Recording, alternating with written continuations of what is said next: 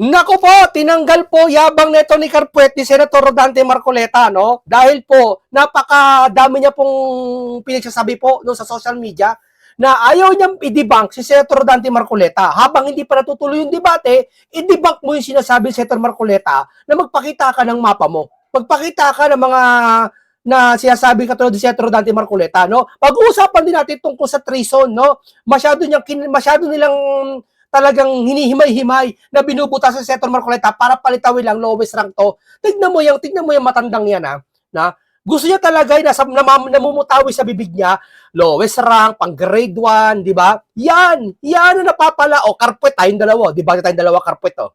O, sige, isama mo yung mga alalay mo dyan, yung mga reports mo dyan, o. Tayong dalawa, Carpuet, o. O, tignan natin kung hindi ka pagpawisan ng butil-butil sa akin.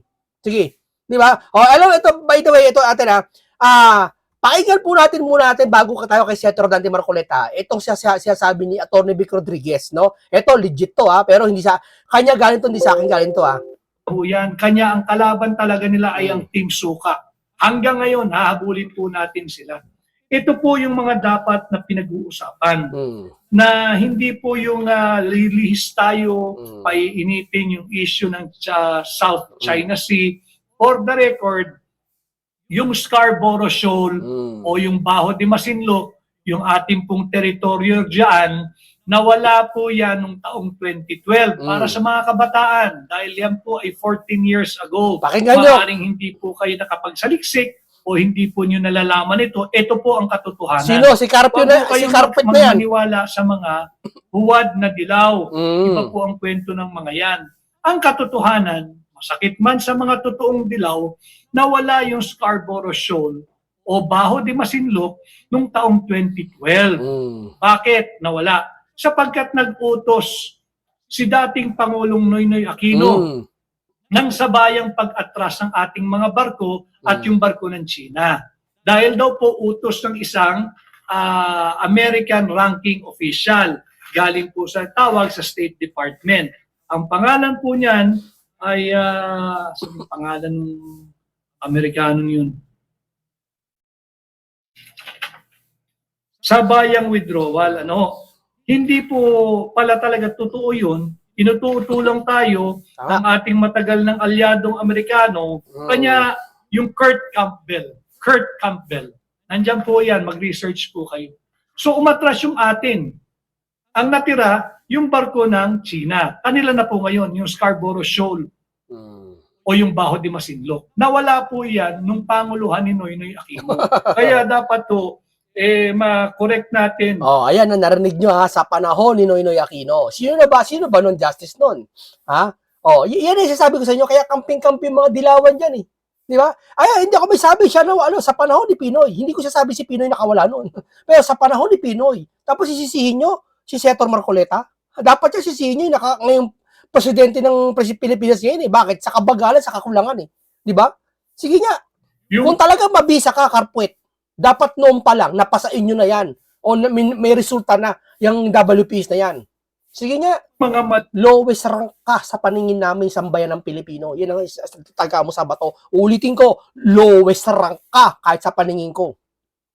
Pag kinagat mo, debate ko, hindi ako saka babawiin ko yung sinabi ko lowest rank ka. Propagandang Gusto ko mga kababayan hamunin to para matanggal yabang na itong tao na to Ang yabang, yabang nun. Dati kang ng Pilipinas, yung Carpuet na yan, alat nila. Akala siguro sa kanya walang papalag sa kanya, di ba? Ang pag-usapan po natin, may sarili po tayong laban sa loob ng bansa. Mauta ka. Wala ako binabanggit na pangalan, Wala ako binabanggit, Carpuet. Sino ba yung Carpuet? Alaban po natin ang korupsyon. Si Atty. Vic yun. Huwag po tayong titigil. Okay. Dito tayo kay Senator Rodante Marcoleta, painggan natin nakaraang linggo nag-outtaking sila dyan, yung mga bagong abogado sa Philippine Arena.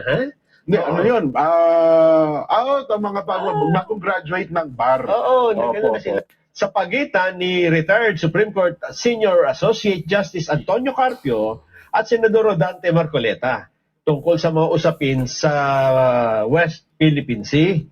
Inilabas po ng Philippine Bar Association ang alok na ito kasunod ng formal na pagtanggap ni Carpio sa hamon na magkaroon nga ng isang friendly debate Yan. at bilang pinakamatandang voluntaryong samahan ng mga abogado sa bansa, Okay. pinakamatanda pala ha. Uh-huh. Layon po ng Philippine Bar Association na tiyakin na ang debate ay magiging kapakipakinabang at makabuluhan. Hindi, ayaw niya nun. Tinatakdaan niya yung pagiging debate si Senator Marcoleta. Ang gusto niya, isa sa mga topic, patutunayan niya na yung WPA sa atin. Napakadali ng patunayan eh. Si Senator Marcoleta nagsasabi, atin ang WPA. Doon niya dinadala si Senator Rodante Marcoleta. Di ba?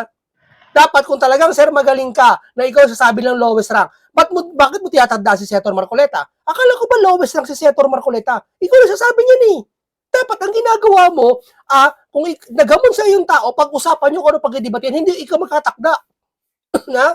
At kay Philippine Bar Association President Attorney Senator Marcoleta, sana mo ko, imbitahan mo ko.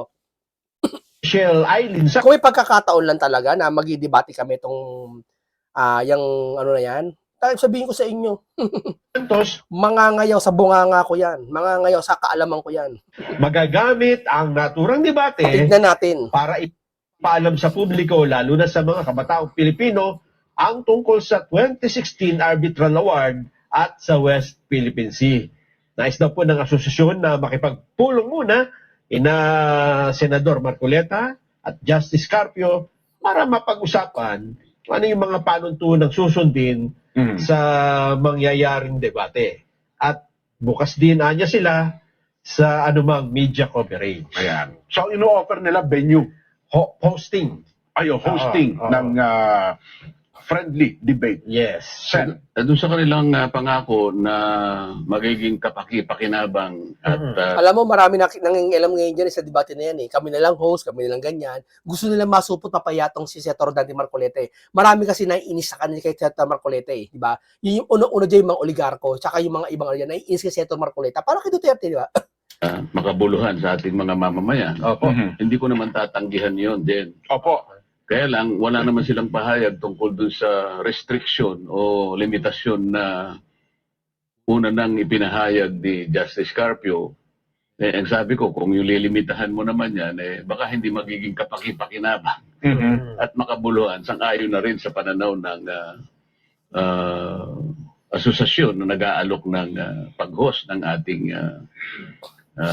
pagdidebatihan. Opo. So, wala naman silang ipinahayag, di ba? Opo, wala po, wala. Oh. Ako sana, Jen, kung mamarapatin nila, dahil nga gusto kong maging makabuluhan, ako na siguro ang magkukusa kung papayag sila. Kasi Sa mga topic o mga proposal. gagawa ko ng proposition Okay, na opo.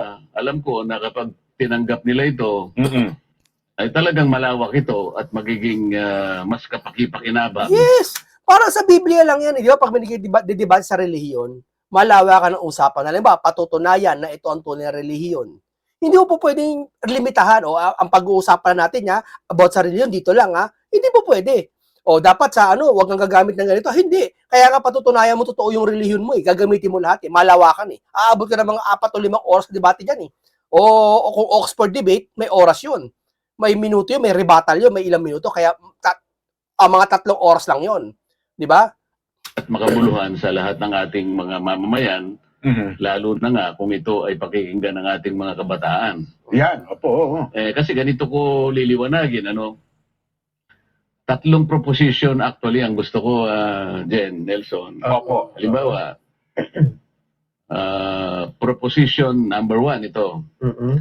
Kasi karaniwan ang debate nagsisimula sa salitang resolve, halimbawa. Okay.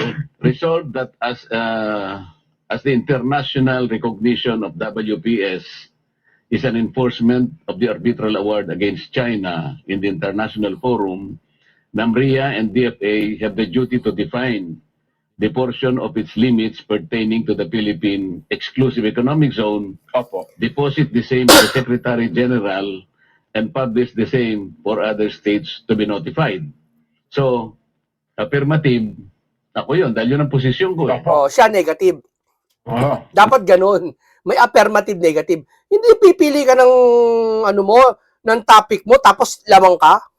Biruin mo, sabihin ba naman yung topic niya patutunayan niya WPS sa atin.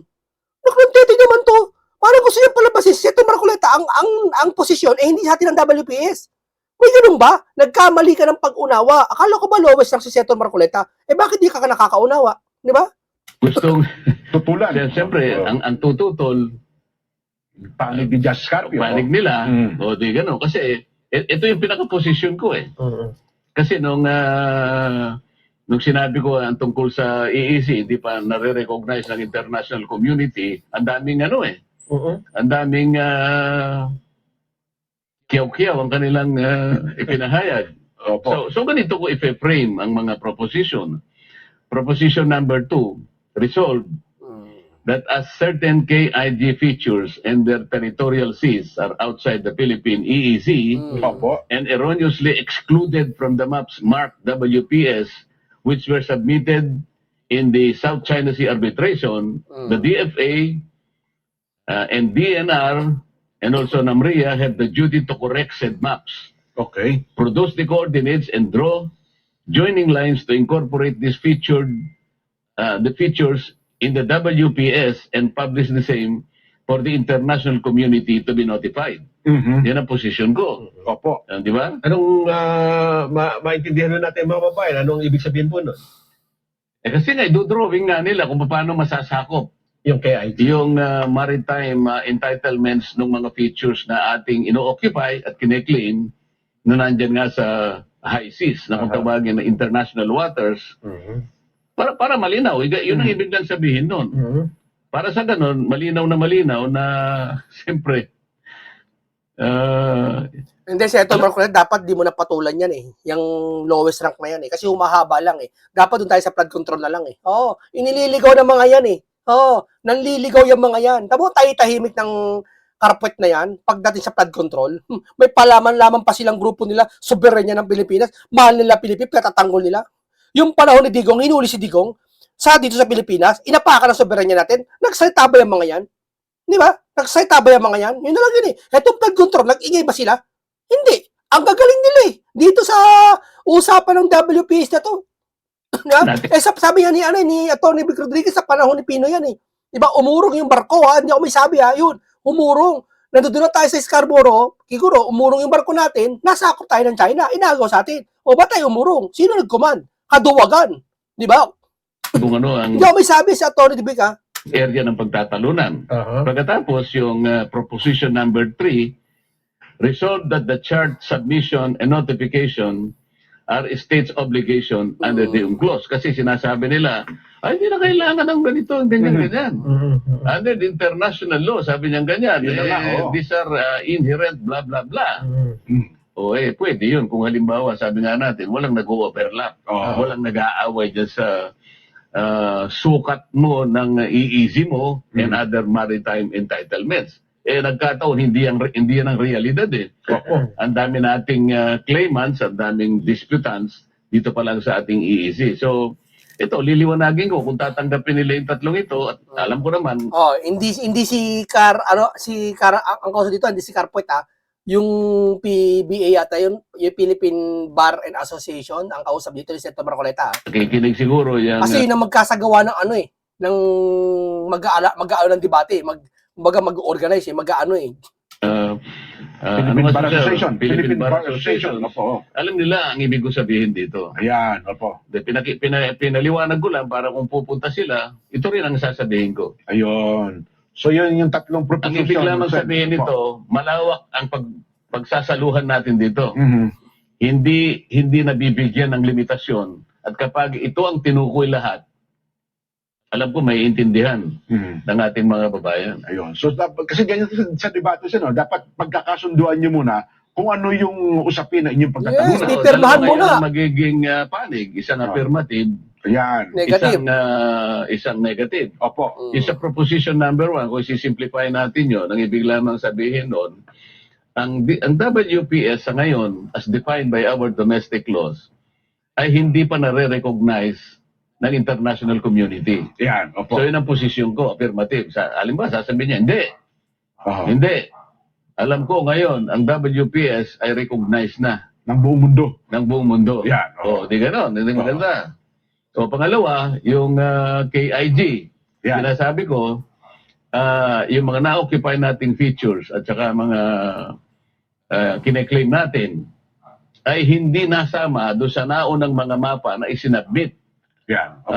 ng ating gobyerno, ng ating pamahalaan, nung ihain nila yung petition Mhm. sa arbitral tribunal. At may kaugnayan dito sa obligasyon ng NAMRIA, ng DNR at ng DFA na sana korekin nila ito sapagkat maliwanag naman hindi nila sinali. Opo. Yun ang affirmative, yun ang aking posisyon. Oho. Kung tututulan niya yun sa panig na tumututol, Yan. sige. Minsan negative siya. Oo, edi yan na. Pagkatapos, yung pangatlo nga sinasabi natin, meron tayong obligasyon sa ilalim ng UNCLOS. Mhm. Hindi lang karapatan ang kasi ang nakasalig dyan. Nandiyan ang karapatan natin, pagkilala nila sa karapatan nating enjoy natin. Alam mo, sir, Senator Marcoleta, kung ako kalaban yan, rerektahin ko yan eh. Oo, dun sa pinakapunto eh. Tatanungin ko lang yan. Nasa ng KIG, nasa yung panahon, nung panahon kayo, na ikaw nakaupo, pati si Pinoy. Hindi ko sisisi si Pinoy, ay nakaupo panahon ni Pinoy. Nasaan ka, ba't di mo pinaglaban ng todo yan? Ba't ngayon nahihirapan tayo? Tanungin ko sa kanya. Sa ganang atin in terms of maritime entitlements. Ngunit, pinagmumulan din niya ng obligasyon. Kasi ang hirap din sa tao na yan, akala niya takot sa kanya yung mga tao, akala niya magaling siya eh. No? Ginagalang siya eh. Kahit binabastos niya na yung tao, ginagalang pa rin siya. Yun ang niya. Ngayon, pues, ito, bastusan ang gusto niya eh. Kasi diba, sabihan mo lowest rank si Senator Marcoleta, binoto ko yan eh. Si Senator Marcoleta, sabihan mong lowest rank, hindi nakakabastos sa mga Pilipino sumuporta dito. Diba? Binabastos mo Pilipino. Dahil senador ng Pilipinas yan, hindi naman pribadong tao yan eh. Diba? Diba, isipin mo yung ba ang titawag nyo matalino, nagsasabing lowest rank? Kahit sa Biblia, kahit sa science, ang nagsasabi ng lowest rank, siya yung lowest rank. Estado. Tandaan nyo, Hindi lang hindi ako may sabi niya, Biblia. karapatan. Oho. Yun ang posisyon ko. Mhm. Gusto niyang tutulan yon, o sige, Yan. maliwanag yung tatlong propositions po na yan. Yan. Kaya siguro ang Philippine Bar Association hindi naman naghain ng mga proposition kasi alam nila Kakausapin nila kami. Kakausapin nila ay magkabilang panig Oo, para ano ang sana pagkakaisahan. naman. Kasi sa pagkakalinya ng mga propositions na yon, malawak na yon. Yan. Opo. Sa tingin ko, sufficiente yon para sa isang kapaki-pakinabang at makabuluhan na sabihin na nating pagtatalo o diskusyon Mhm.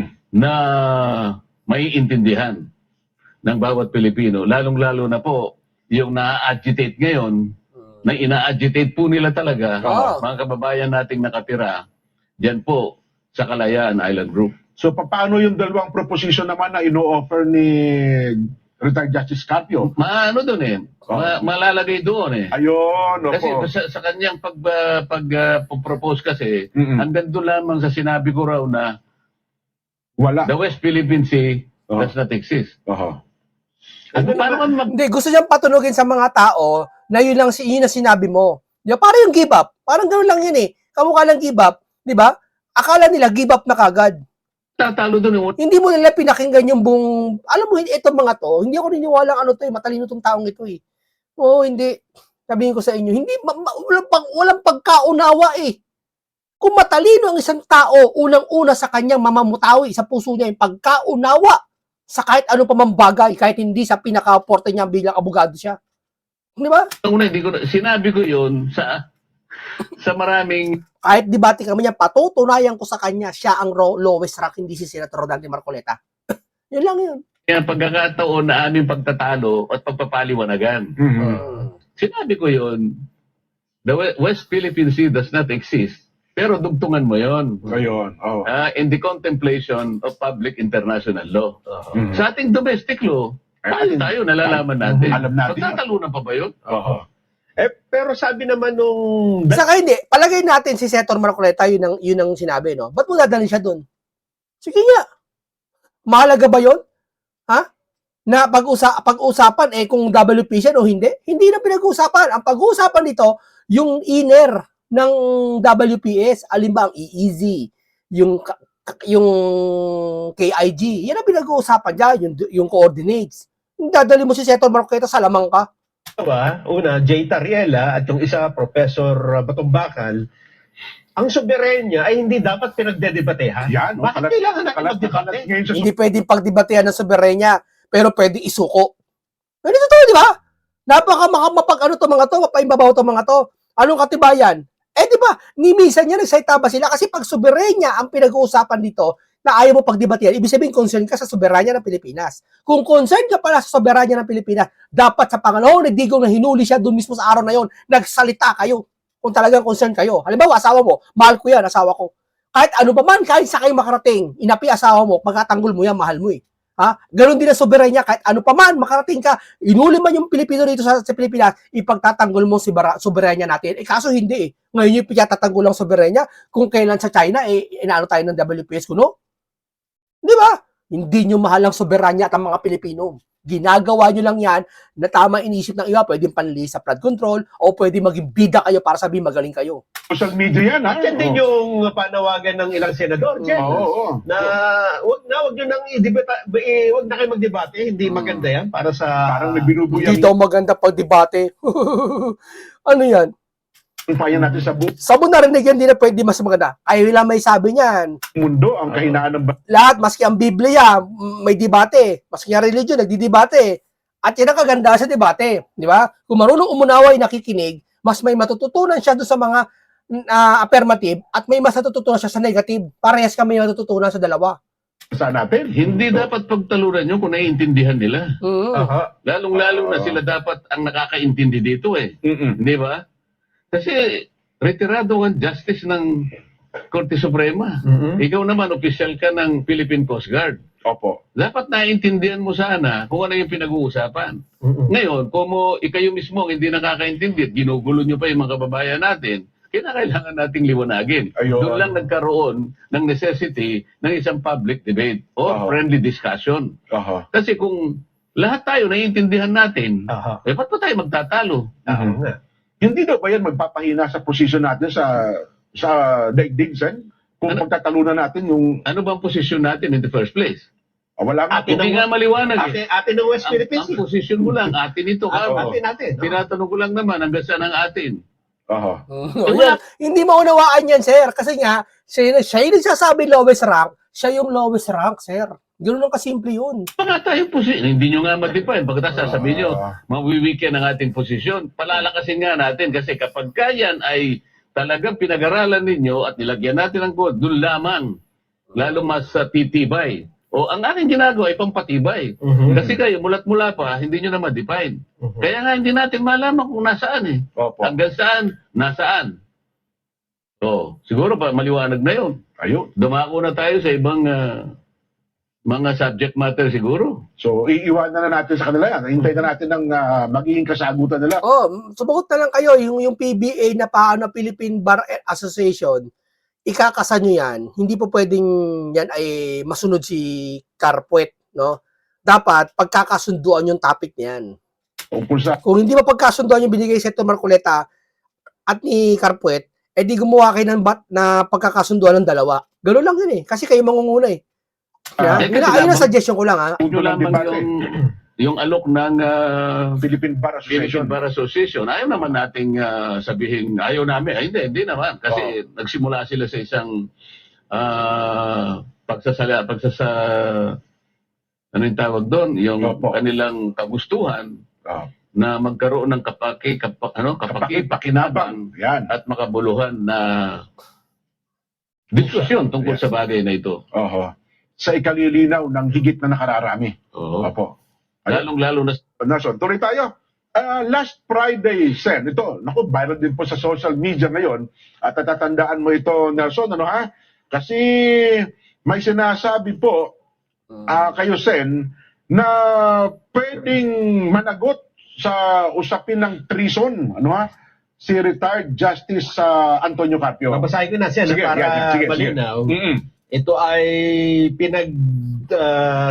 pinagtapat na statement ninyo Mm-mm. at ni Senador na si Justice Justice Carpio. Oo. Itong nabanggit nyo nung Friday, lumaki nga sa palagay niya ang exclusive economic zone. Ipinamigay niya yung 242,000 square nautical miles Yan ang sabi niya. territorial sea. Yung ibig sabihin parte ng ating teritoryo. territory. Yung maritime rights, limited lang yun. Economic rights lang yun. I charge him treason for this.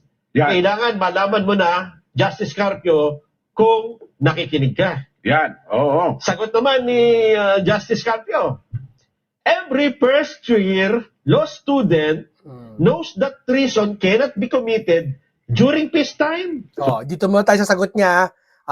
Every daw na per year na na ganyan. At mo kayabangan talaga yung kasagutan niya, di ba?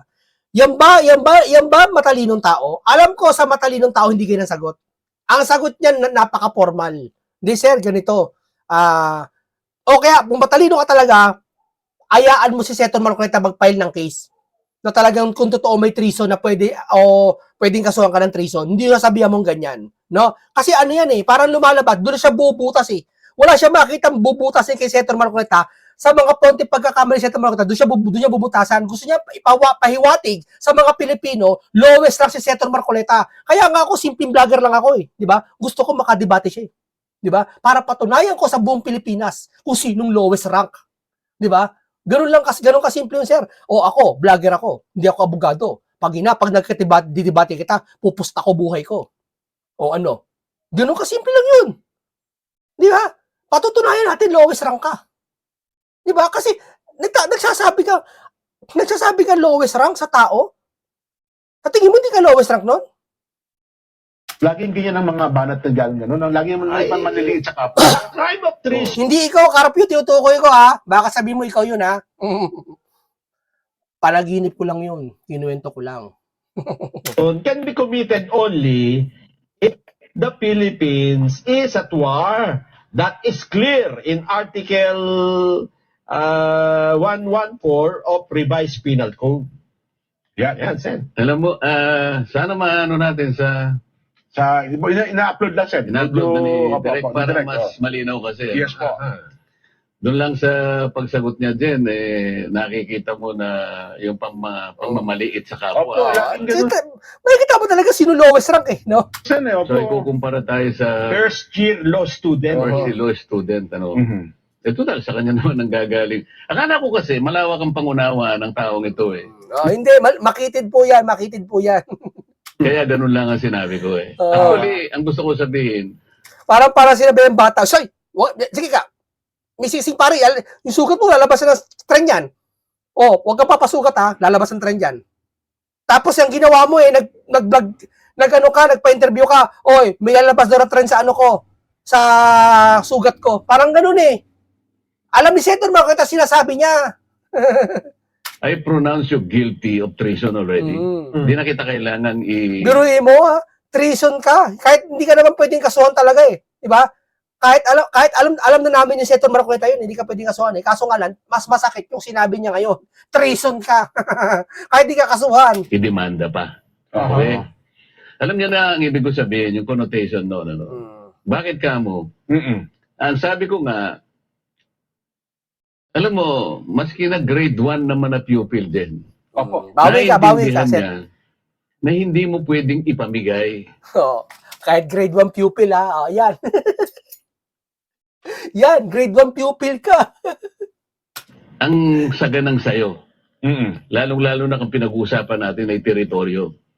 Ang territorial sea kasi din, sabi ko nga, ito'y parte ng sovereignty ng isang bansa. Tama Hindi po. lamang yung land features. Ang kabuuan po ng land features ng ating bansa ay 300,000 square kilometers. Mhm.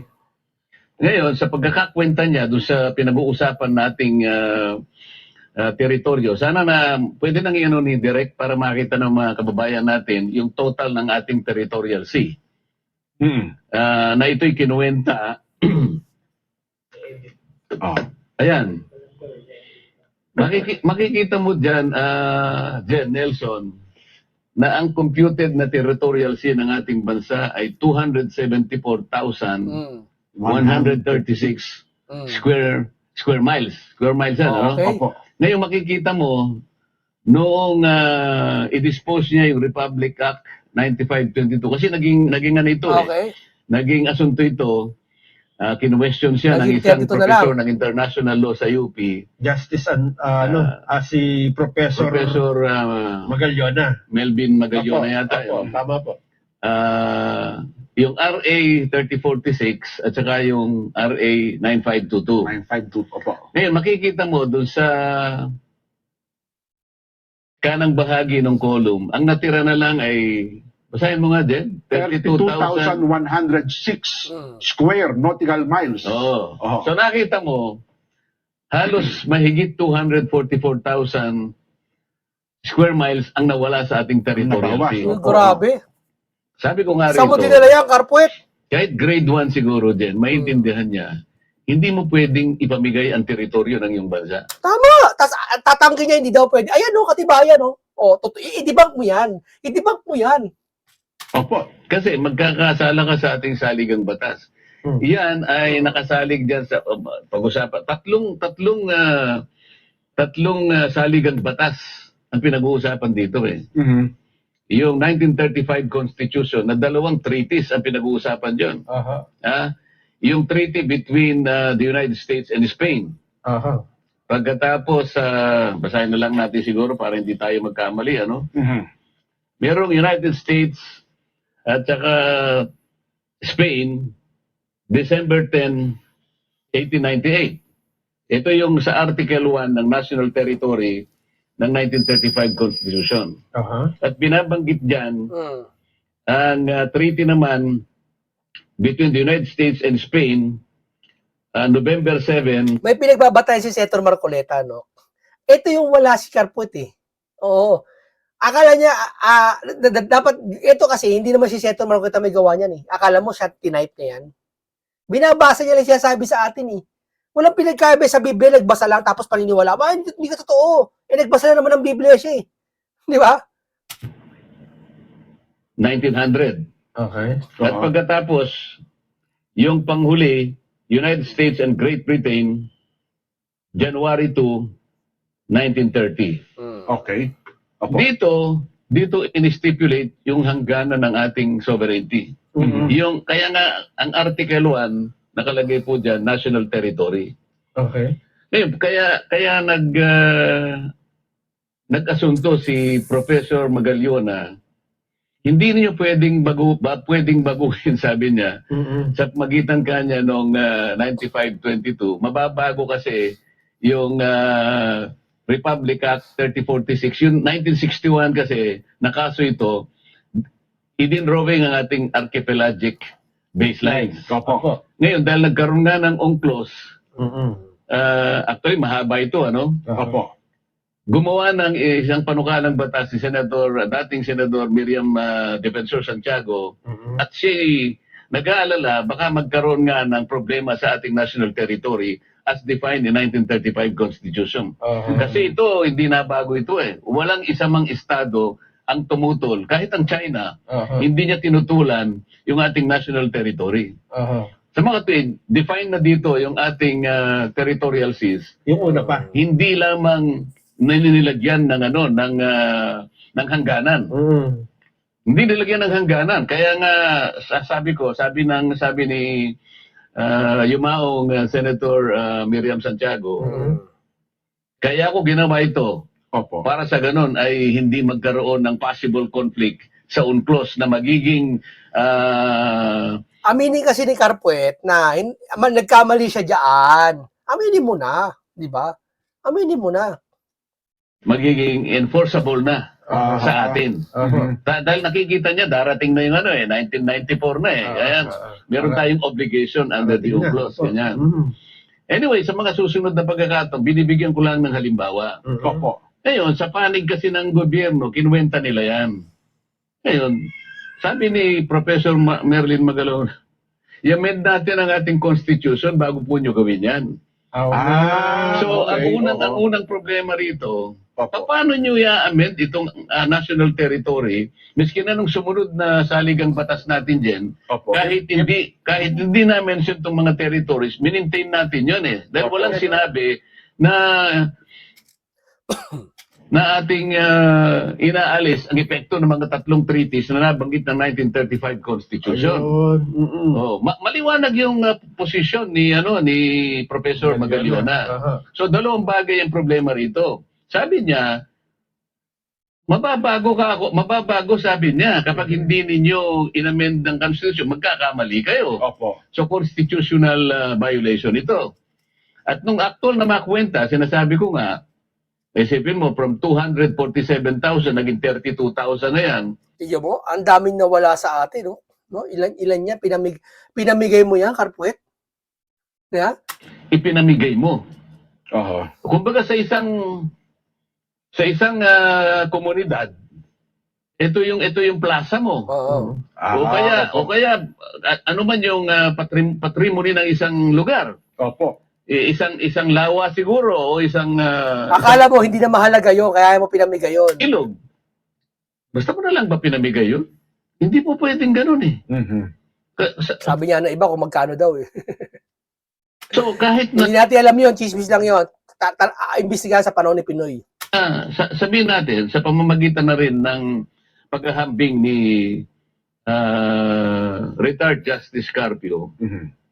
palagi niyang sinasabi, kahit first year student, maintindihan. Akala ko malawak ang pangunawa at malalim ang pangunawa niya. Ang ibig lamang sabihin doon, Aha. hindi kita inaakusahan na ngayon. Ang alam mo, isang taong matalino, tandaan mo mapaano man ang posisyon mo, mapablogger ka o ano, nakakapag-contribute ka sa taong bayan na maayos yung Pilipinas. Lalo na ang pag-usapan ay ayusin ang bansang Pilipinas. Yun ang tunay na matalino. Talungin nyo, yung Karpuet na yan, kung talaga may naiambag yan sa Pilipinas na naayos ang Pilipinas natin. Katulad ng korupsyon na yan. May naiambag siya na sa batas. Pero itong mga korupsyon na to, hindi nga. Nare-resolve ba niya ba sa pamamagitan ng... Hindi kasi, kaya siya matalino sa atin. Kasi sabi niya, lowest rank sa Senator Marcoleta eh. So, ibig sabihin, expected natin, matalino siya. Tama? Kung matalino ka, dapat kaya mo. Dapat hindi ka single na sa dito lang. Dapat pati yung flood control, nauhuli mo. Di ba? I am pronouncing you guilty of treason sapagkat Ayun. tinraidor mo ang ating bansa. Pinagtaksilan mo ang iyong bansa. Duwag. Duwag ka sa paglalagay sa wastong kaayusan ng ating saligang batas. Oho. May sabi, Senator Marcoleta, ako, hindi kita tinutukoy, Karpuet ang sabi ko, kapitbahay namin yung Karpuet. Surrender mo ang national territory. Alam mo ba kung gaano kalaki yung 242,000 square miles, Jen? Parang mas malaki pa po sa Pilipinas ata. Mas yun. malaki kasi Oo. ang area po, ang land area po ng ating bansa ay 300,000 square kilometers. Opo. Oho. Okay? Mhm. Ito square miles ito eh. Opo. 247,000 square Nautical square miles. Opo. ang nawala 242,000 square miles. Square miles. Opo. Ay miles ito eh, mas malaki ito kaysa sa kilometer eh. Opo. So palagay mo parang 1.2, i-multiply mo yata ng 1.2, hindi ko nakabisado, either 1.2 or 1.6. Oho. Lalaki yan eh. Siguro sa kwenta baka umabot ng 400,000 square kilometers. Kung sa kilometers. Opo. So, ibig sabihin mas malaki yung territorial sea na ginibap mo kesa sa land area ng bansa mo. Paano mo gagawin yan? Oho. Ito, alam mo, ito ay isang malaking problema. 32,000 na lang, tingnan mo. Natira sa 274,000, 32,000 na lang. Dapat, Yung territorial sea natin. Sige nga, paano nangyari to? Inimbento ba si Senator Marcoleta to? Ito debunk mo, Karpuet. ewan ko paano nyo gagawin. Ano? Kasi ako, hindi ko na siya sinacharge eh. Oho. I am already proclaiming him guilty of treason. Oho. At siguro ang parusa niya, Jen, Nelson, magpaliwanag siya sa bawat isang Pilipino. Sino mas nautakan ni Senator Marcoleta? Mas mautak sa'yo to. Ayan ano ka ngayon? Ano niya nagawa yun? Rebat mo. Sasabihin niya, kasi sa Naipabigay mga ibang sinasabi niya, hindi naman ako lang kasi tingnan mo, tingnan mo, ang katwiran niya, collegial naman ito eh. Oho. Collegial ito. Supreme Court Bakit? ang decision yan. Bakit ako lang ang kakasuhan nyo halimbawa? O Okay. sasabihin nyo Ako lang ang guilty. nagtaksil. Oo, nagbigay nito. Ano yung guilty sa Tagalog? Okay, ganito lang po muna tayo. Ano na yan. Maraming salamat po sa inyo. Dito po malalaman natin talaga na sino mas matalino. Hindi yung sasabi ng lowest rank. Ang taong matalino, hindi magkasabi sa kapwa niya na bobo siya o lowest rank. Tandaan nyo, hindi yan magsasabi ng ganyan. Kung totoong matalino siya, so ibig sabihin, siya lowest rank. Maraming salamat, mag-ingat kayo, paalam po sa inyong lahat.